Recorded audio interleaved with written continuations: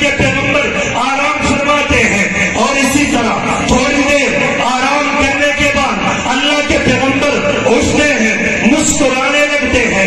ام ہانی نے مسکرانے کی وجہ پوچھی تو اللہ کے پیغمبر نے فرمایا کہ میرے امت کے کچھ لوگ جو سمندر میں جہاد کریں گے ان پر اللہ تبارک و تعالی نے فقط اوجب الجنہ، اللہ نے جنت واجب کر دی۔ اور اس کا مذہب حضرت امیر معاویہ رضی اللہ تعالی عنہ بھی ہے، ان کی سالاری میں یہ معرکہ شروع ہوا۔ انہوں نے سب سے پہلے حضرت عثمان غنی کے دور کے اندر سمندری جہاد کیا تھا۔ اس موقع پر ام حرام صحابی رسول خاتون موجود تھی، انہوں نے دعا مانگی کہ اللہ کے پیغمبر میرے لیے دعا فرمائیے کہ میں بھی اس لشکر کے اندر شامل ہو جاؤں۔ اللہ کے پیغمبر نے یہ دعا مانگی، پھر زمانہ گزرتا گیا، مدینے میں یہ آئی، مدینے کے اندر ان کی شادی ایک صحابی رسول عبادہ بن صامت سے ہوتی ہے۔ پھر حضرت عثمان غنی کے دور کے اندر ایک آدمی ندا دیتا ہے، آواز لگاتا ہے کہ ملک شام کے اندر حضرت امیر معاویہ نے پہلی بیڑی تیار کی ہے، جہاز بنائے ہیں، سمندری جہاد کا آغاز ہو رہا ہے، جن جن لوگوں نے شرکت کرنی ہے اپنا نام لکھوائے۔ اسی طرح وہ صحابی رسول عورت وہ جب یہ سنتی ہے ام حرام اپنے شوہر سے کہتی ہے کہ اخشا، اس خوشخبری کا وقت آ گیا ہے جو پیغمبر علیہ الصلوۃ والسلام نے پیشن گوئی فرمائی تھی، جہاد کی تیاری کرتے ہیں، اس میں شامل ہوتے ہیں کون؟ امیر معاویہ، جن کو اللہ تبارک و تعالی نے اولئک هم المفلحون میں شامل فرمایا۔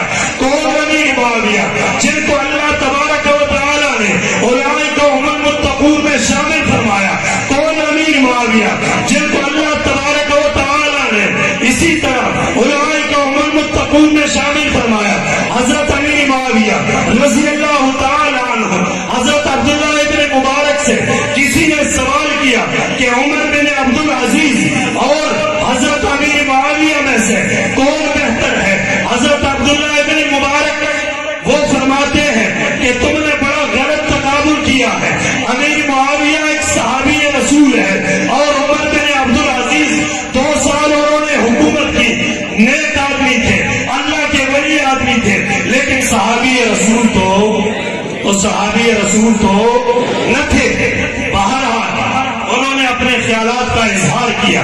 عبداللہ ابن مبارک وہ فرماتے ہیں کہ حضرت امیر معاویہ رضی اللہ تعالی عنہ نے حضور کے زمانے میں جو جہاد کیا ہے، گھوڑے پر بیٹھ کر وہ جہاد کی تیاری کرتے ہیں، گھوڑا راستے پر جاتا ہے اور گھوڑے کے سموں سے جو دھول اٹھتی ہے وہ اس کی ناک میں جمع ہوتی ہے، اس گھوڑے کے ناک میں جمع شدہ دھول بھی حضرت عمر بن عبد العزیز سے بہتر ہے۔ کہاں حضرت امیر معاویہ، کہاں عمر بن عبد العزیز؟ اسی طرح پیر عبد القادر جیلانی، جانتے ہو پیر عبد القادر جیلانی؟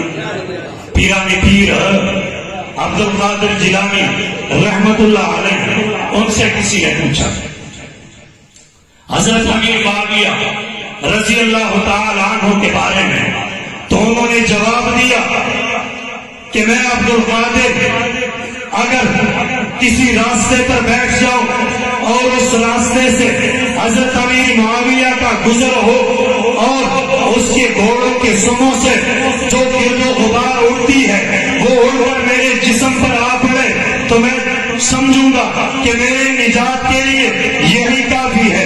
وہ امیر معاویہ، کون امیر معاویہ؟ جس کے بارے میں اللہ کے پیغمبر نے فرمایا اعلم من امتی معاویہ، کہ میرے امت کا صابر شخص، میرے امت کا بردبار شخص، میرے امت کا حلیم شخص وہ حضرت امیر معاویہ رضی اللہ تعالی عنہ ہے۔